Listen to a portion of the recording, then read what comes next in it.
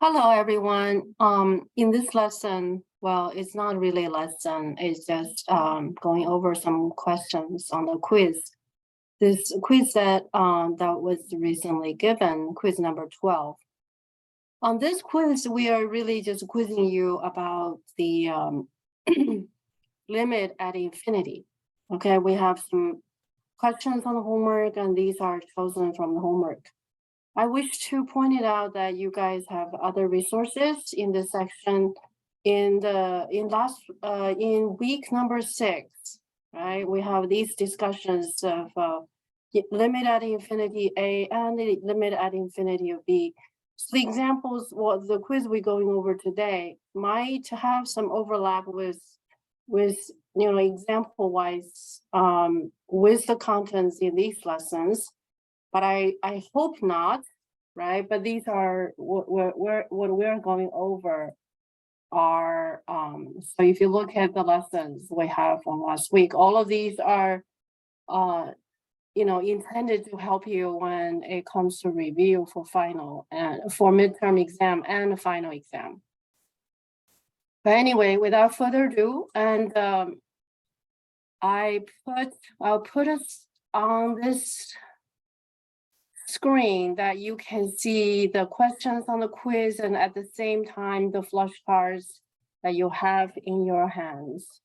Okay, so what are we quizzing you? We're quizzing you applying these these definitions, okay, properties on limit at infinity, right? So these are the properties. Some of these properties is definitively used over and over again. But let's look at the first example. Okay, let's look at, because all three, right, among all three, right, x is approaching positive infinity according to the definition. And let's bring up the definition. The intuitive definition of limit at infinity, when x is approaching infinity, all three will have x approaching positive infinity. So when this in the limit setting, the definition applies. The definition says that f of x can be made arbitrarily close to L by requiring x to be sufficiently large. In all of these, we can assume that x will be sufficiently large in an interval, right, from a positive number to infinity, which is from A to infinity. A can be any positive number, Why we like to have this? Number one, it is given by the definition. Number two, we can use that very useful property, which is the absolute, the square root of x squared. Okay, I put it in a note, and this is not something, this is not something you really need to show in your work, but it should be seen from your work, okay? So when x is positive, the square root of x is, the square root of x squared is x, okay? And of course, you know where this comes from. If x is negative, okay, the square root of x squared is equal to its opposite, okay? And in general, of course, you understand the square root of x squared, okay, well, this can be greater than or equal to 0, is equal to the absolute value of x, and that equals to the two branches. Okay, as I promised you, these can easily give you 10, 20 points or taken away these points. They're so commonly used, okay? So if x is greater than or equals to 0, so this is placed here. And that's one branch. And the other one would be if x is less than 0, right? So this is a condensed way of writing these properties. And in this 3 questions, we use this branch. We use the branch where x is greater than or equal to 0. But because we will use the technique of that x is going to be in the denominator, so x is larger than 0. All right, so let's look at one question at a time. Let's look at the first question. First question. Look at the definition. So we can assume, okay, this function indeed guaranteed by theorem number 5, theorem number 9, there is continuous in its domain. And what is the domain? Right? What is the domain? If you have a careful discussion about this, right? The domain is any real number that's in the domain of the top and in the domain of the bottom. So domain discussion, okay, domain discussion is not required, but I'm going to give you some insight about domain discussion. Okay, on the top, 3x squared plus x should be greater than or equal to 0. In the bottom, 4x minus 1 should be greater than or equal to 0. So these two combined, we're going to solve inequalities. We're going to solve, actually there will be 3 inequalities. The first one from top, right, is going to be factor out the x,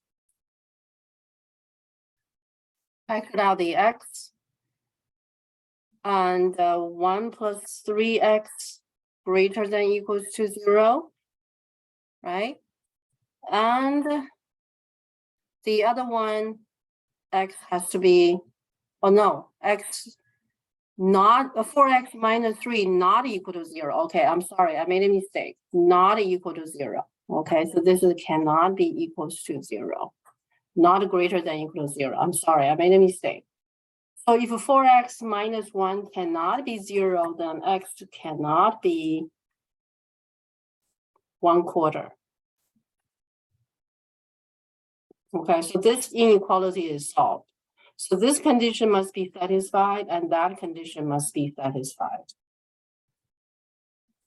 Okay, this is just to search for domain. Okay, this must be greater than equal to 0. What is the consequence of solving this inequality? Okay, and this is actually, we get to use the principle number 5 and principle number 6. Okay, principle number 5 and principle number 6. And in particular, as I'm discussing this, you actually don't need to do this, but I want to show you something, how this will work out better. At least you would think about it. You need to know about it, okay? When a number, we don't know what it is, and multiply another number is greater than or equal to 0, right? Equal to 0 or greater than 0. The product is greater than 0. It could be positive times positive is greater than 0. Negative times negative is greater than 0, right? So these are our guiding principles that we're going to analyze how we're going to solve this inequality. How do we solve this inequality? Solving this inequality, that means that I'm going to use a graph, okay? And basically, these two are the cases that,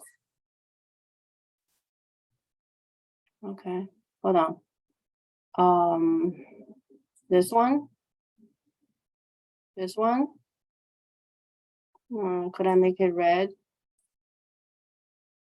Okay, so this principle will guide, this principle will be helpful, will be useful, and this principle will be helpful.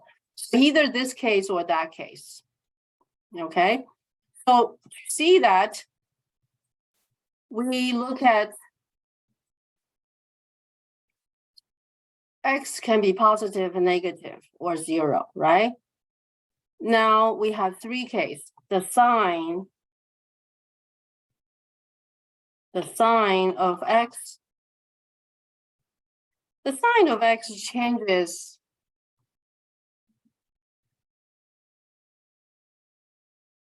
the sign of X. So this is a number line and zero is here, right? And obviously when X is chosen to be less than zero, and so on this side, that's going to be negative. At zero, X is zero, right? Larger than zero, that's when X is going to be positive. And the other one, the other case is a sign of 1 plus 3x. 1 plus 3x, that's a little, you know, you want to see when 1 plus 3x changes sign. So you're going to set, so you can set 1 plus 3x equals to 0. Then x would equals to negative 1/3. So at a negative 1/3, there will be a change of sign for this expression of 1 plus 3x. Hold on. I'm going to make it dark color. Okay. So here. So negative 1/3.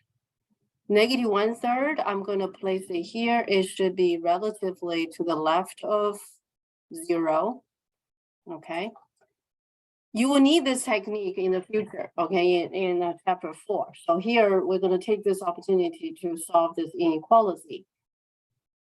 Now, when you pick a number, when you pick a negative 1/3, of course, 1 plus 3x will be 0. But if you pick a number less than negative 1/3, okay, you pick a number less than negative 1/3.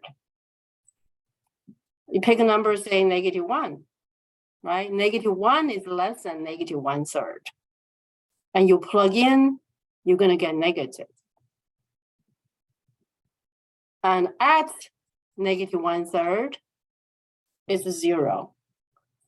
Larger, you pick a number larger than negative 1/3, it's going to be positive.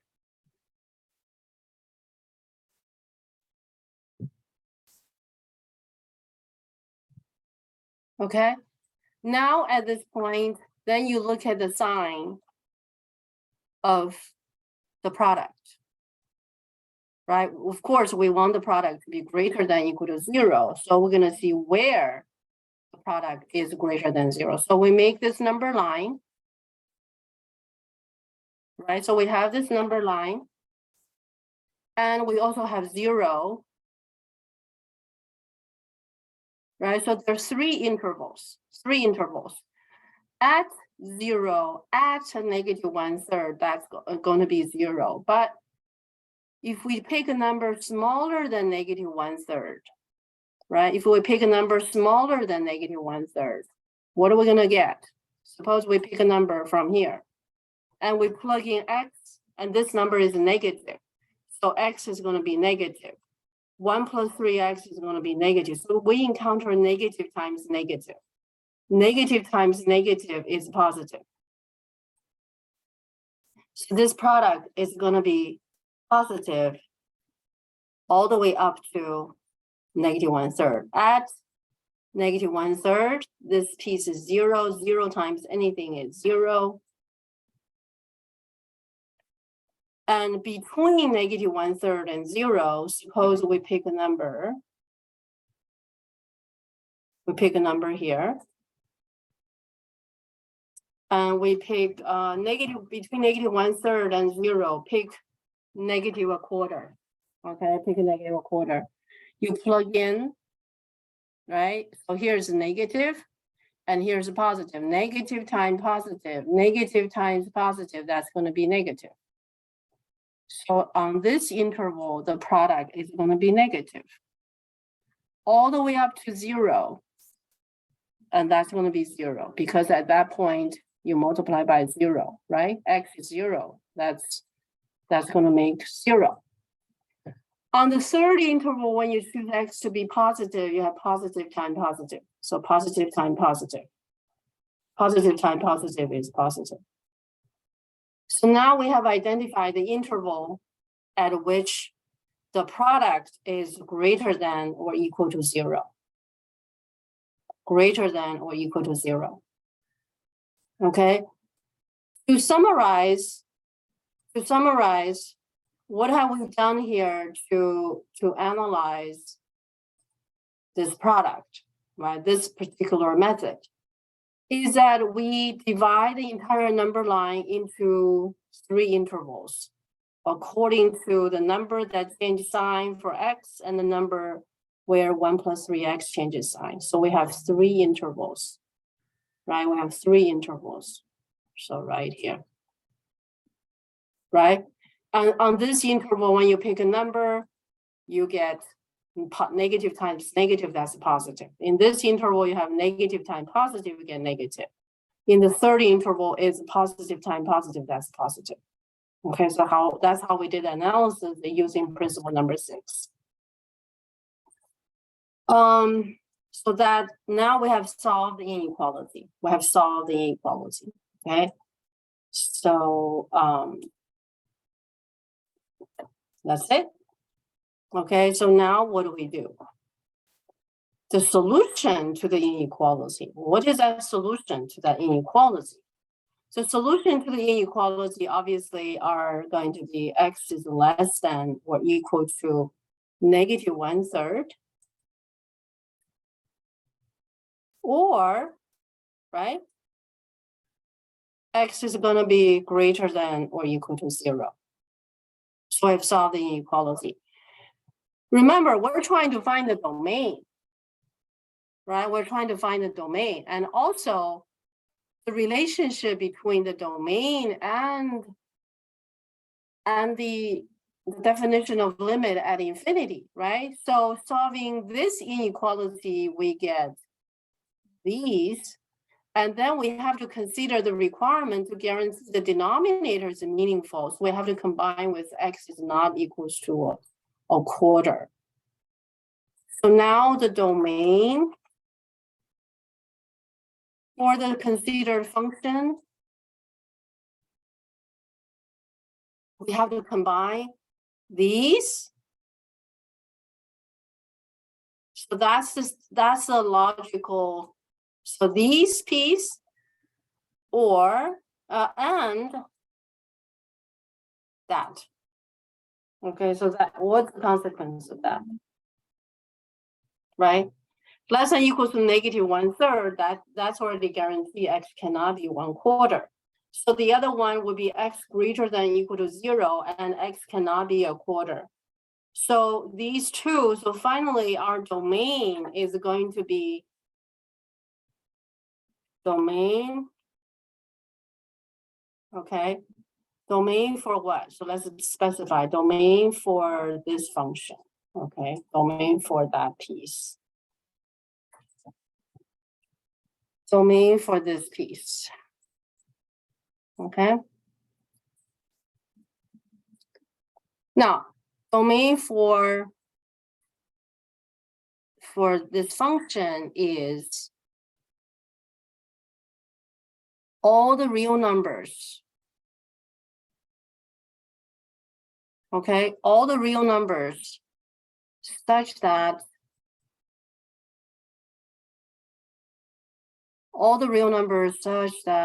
let me just put 1 bar. Okay, this is a standard notation, is that you just put this over here.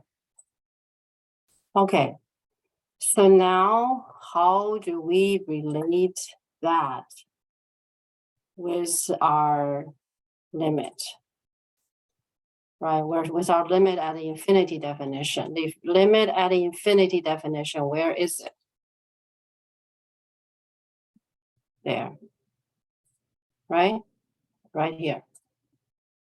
Limit at the infinity definition. we need to, f is a function defined on interval from a to infinity. So when you choose that a, you're not going to be choosing a negative number because it's approaching positive infinity. So you would choose that interval a to infinity for the limit setting. For the limit setting in this question. Okay. Choose the interval a to infinity, a to positive infinity. That a, you want that a to be larger than a quarter. Oh, that can be done easily. Okay, so you can choose a is large. How large? Larger than a quarter will be good. Okay, so that interval can certainly be found, and then a is large enough, and the entire function is guaranteed by the theorems that it's continuous. Okay, when a is large enough, okay, large enough, right? Because the interval, the domain is either less than equals to negative third or greater than equal to 0, not equals to a quarter, large enough so that the entire function, whoops, okay, this function in our consideration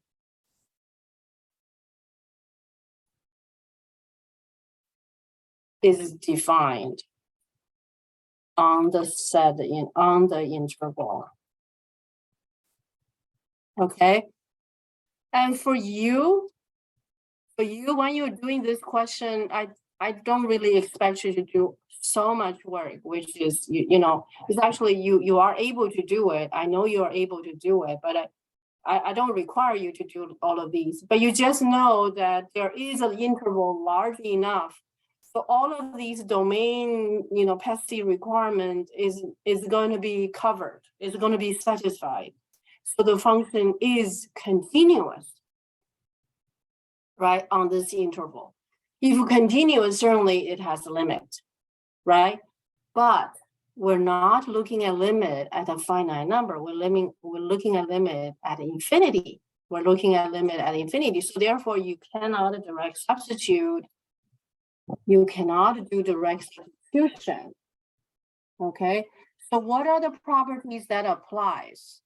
Okay, we have learned all of these properties in the sections we just studied, right? Limit law at infinity requires that all of these individual limit must exist before we can plug in. But what is expected of you, okay, to do this, knowing that, interval is going to be somewhere, right?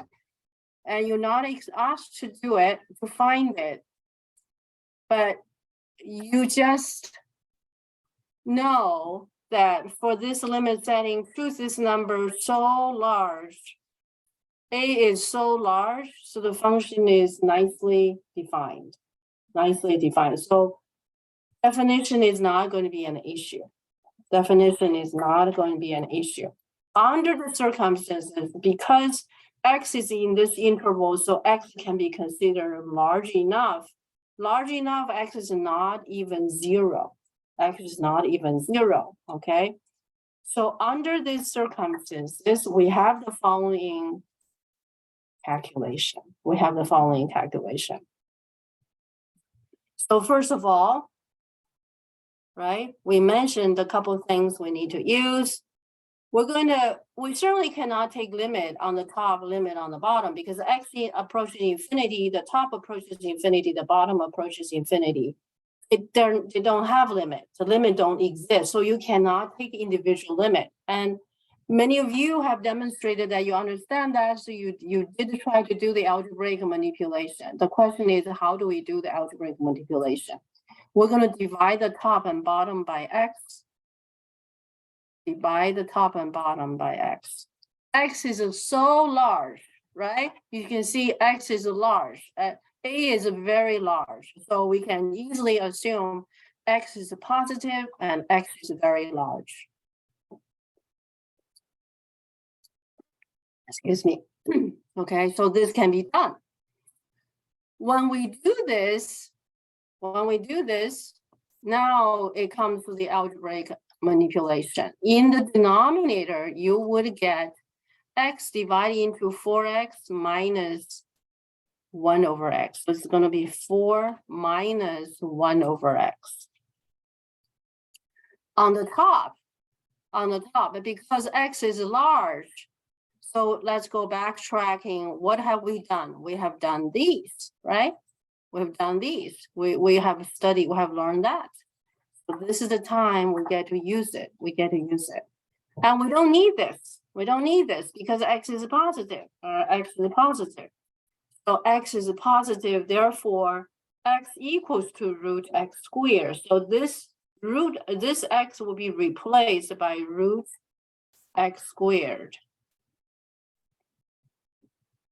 Okay. Let me make it larger. There. Wait, no, 250%, 250%. There we go. So then we can bring them to be under the same square root. So we can put them under the same square root. You see? So we can bring this in. Oops, sorry. Okay. Right here, x squared. Okay, so take a close look. Why did we do what we did? Because we're going through these algebraic manipulation. Okay, and now, next line. Okay, going further inside the the square root. X squared is going to divide into x, right? And x squared is going to be divided into 3x squared. And remove this positive sign. And of course, you understand that equals to, this is going to be x, it's going to be 1 over x. And 3x squared divided by x squared is 3. So now we have one function here. Well, there's 1 over x, when x approaching infinity, it has a limit, right? The limit of when x approaching infinity, 3 has a limit, and 4 has a limit, 1 over x has a limit, right?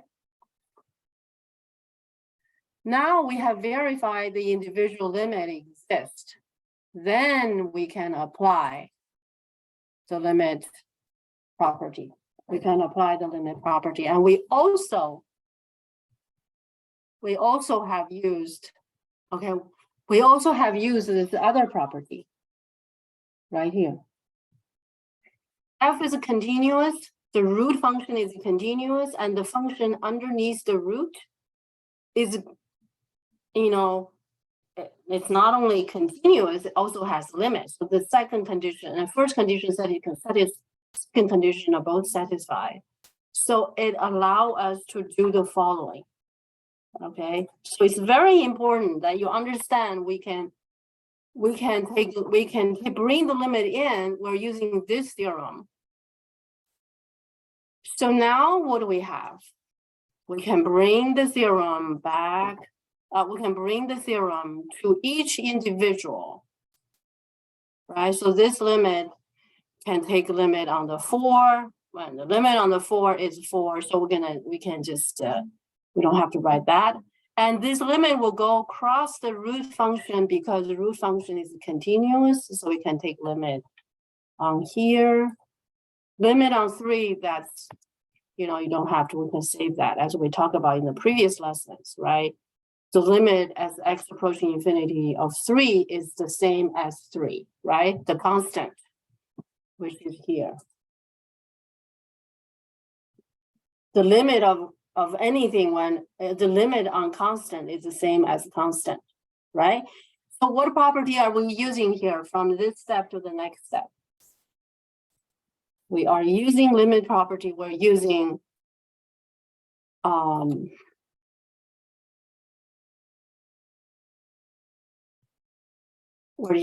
this property so the limit can cross the square root sign, and we're also using the sum of limit, right? The top limit, this limit, individual limit exists. That individual limit exists, so we're using addition, and the bottom we use a subtraction, and those are the properties we're using. So now near the end. Okay, as x approaching infinity, 1 over x is 0, and then the top would just be root 3. Root 3 is left. The bottom is 4. So that's the final limit for this question. Okay, for you, you can safely assume, that. So you can see that definition does give us some convenience. As we can say, the interval is large enough, so the function is defined at that large enough interval is not a question. It's not a question. It's guaranteed. Okay, and the other property we use is this one. Okay, so let's look at number 2. Number 2.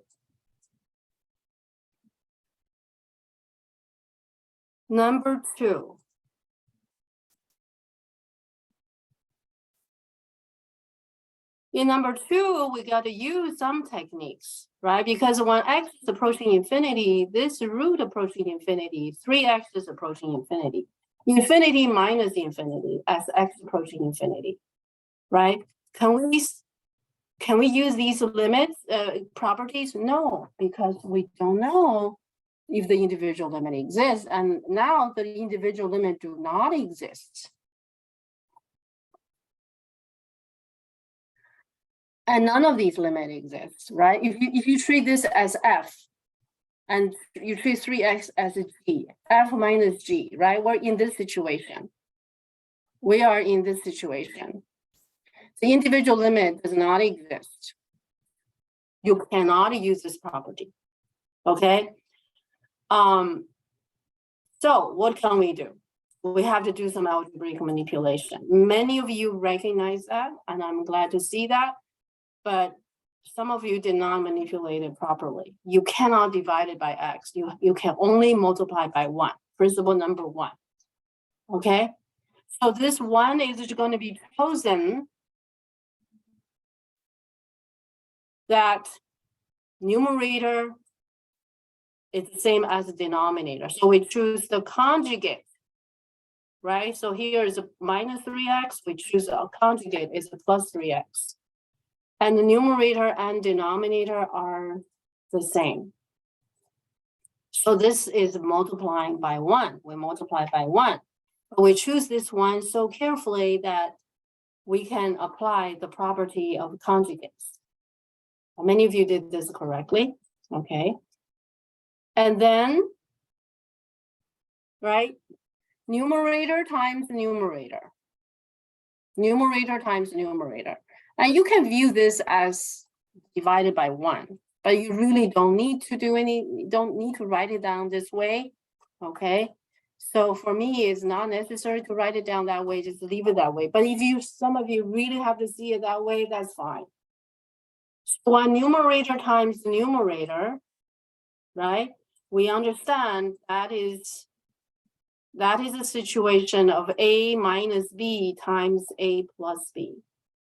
Okay, so this piece multiply that piece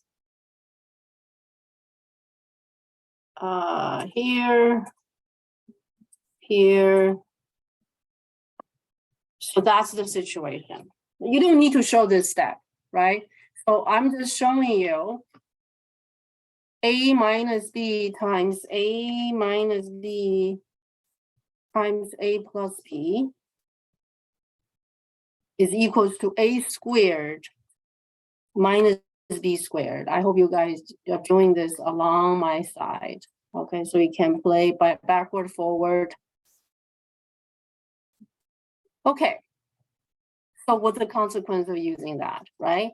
Well, the consequence of a squared minus b squared, we already have that. So it's going to be a squared minus b squared. So that's the consequence of multiplying the top with the top, a minus b times a plus b. And then what do we get as a consequence? Well, this piece, we're using this property, right? Which is root of x squared equals to x. Well, notice that in comparison, right, the square root inside, the square inside and outside, actually they are different. Okay, we talk about the differences.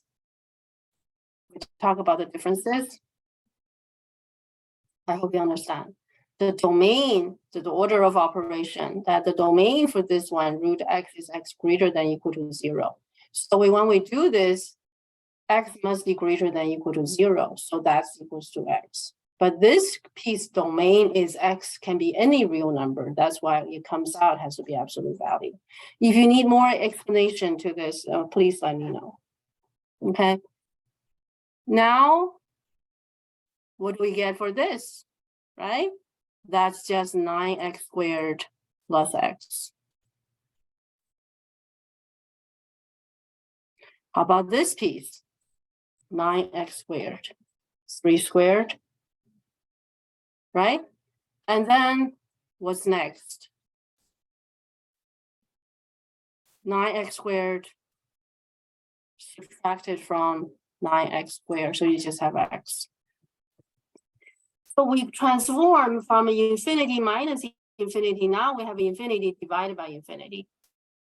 In this case, we cannot use any property either. We cannot use the quotient property because the top doesn't have limit, the bottom doesn't have limit. So what do we do this time? Well, we're going to use the same technique in this first question, which is dividing the top by x.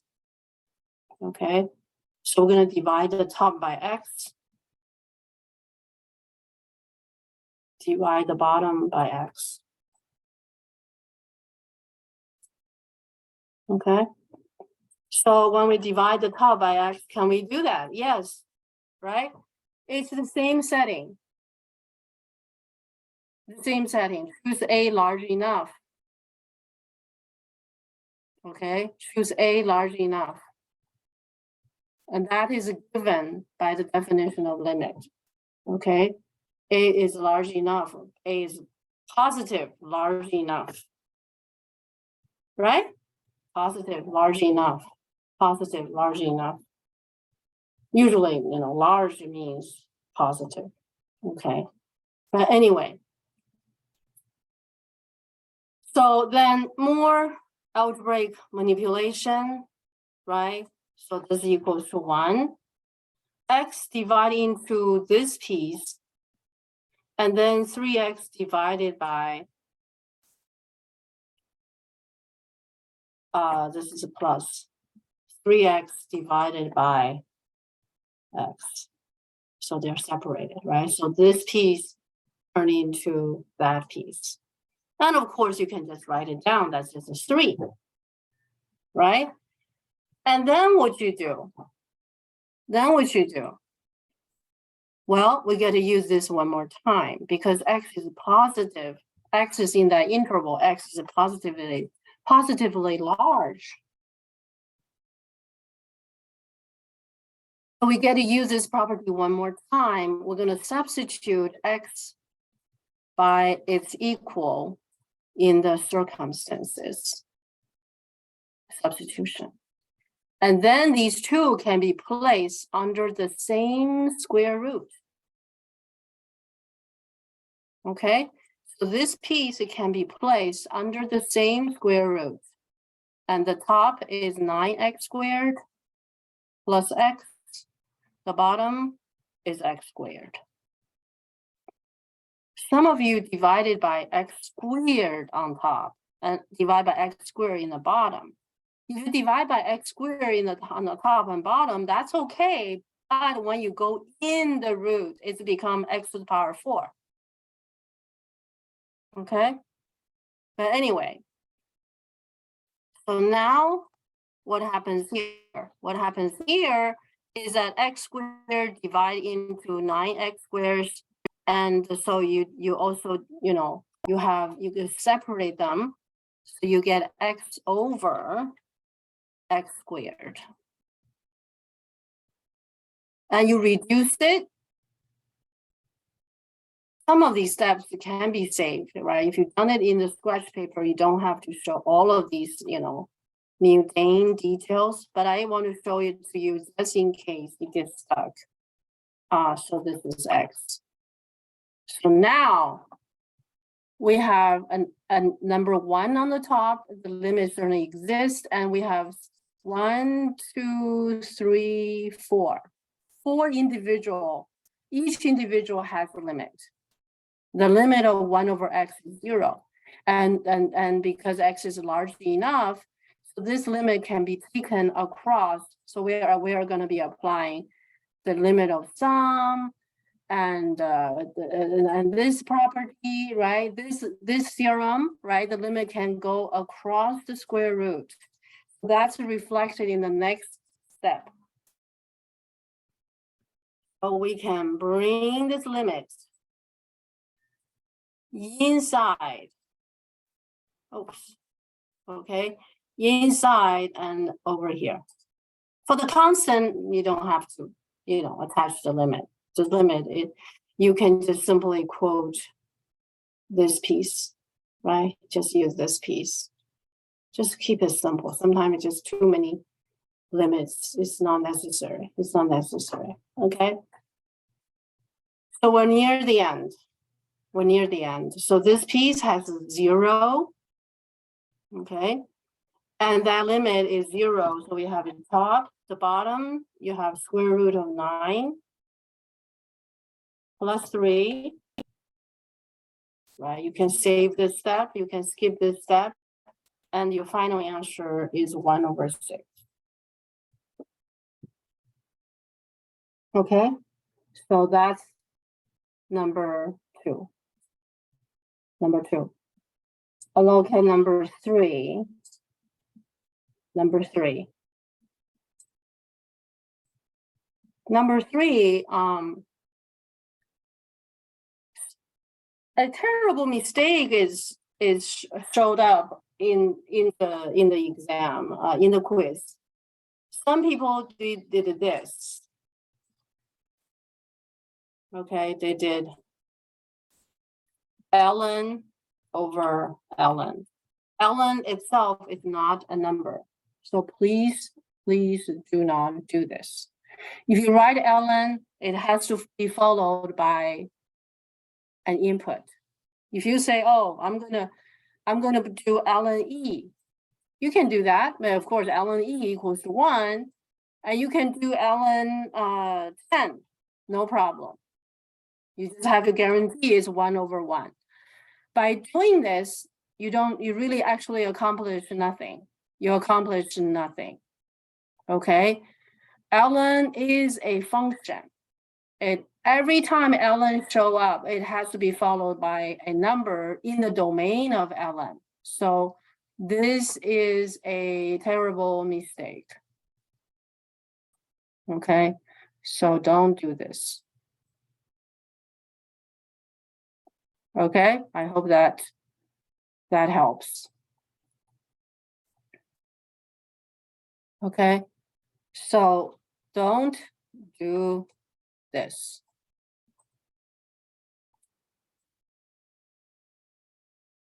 Terrible mistake. Never make this kind of mistake. Okay, so what can be done? What kind of situation we have here? Well, x, so in limit at infinity, right? We know that as x approaching infinity, as x approaching positive infinity, e to the power x is approaching positive infinity, right? Limit does not exist. So we cannot use any one of the properties. We can't use these properties. So we have an infinity, well, we have x approaching infinity, 1 minus a number that approaching infinity. So the top approaching negative infinity, the bottom approaching positive infinity. So you have a negative infinity over positive infinity situation. We cannot use any one of these properties. But what can we do? Right? What can be done is that we can multiply by 1. Okay?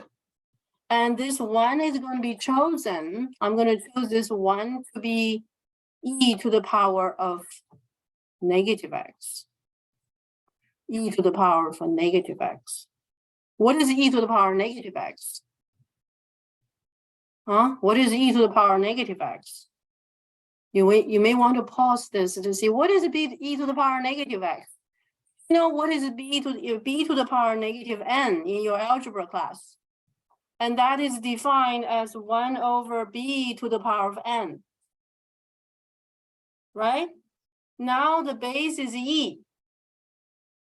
So e to the power negative x is equal to what? Is equals to 1 over e to the power x. So multiplying e to the power negative x, I'm really just dividing, I can say that's the case. Right? Same thing. Okay? All right. Either way. And now, what do we have here is that we get to divide e to the power x into the top.